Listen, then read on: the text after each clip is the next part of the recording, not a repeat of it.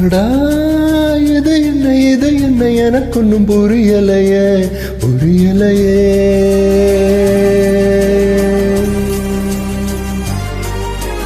அடியே எனக்கென்ன நடந்துச்சு தெரியலையே தெரியலையே.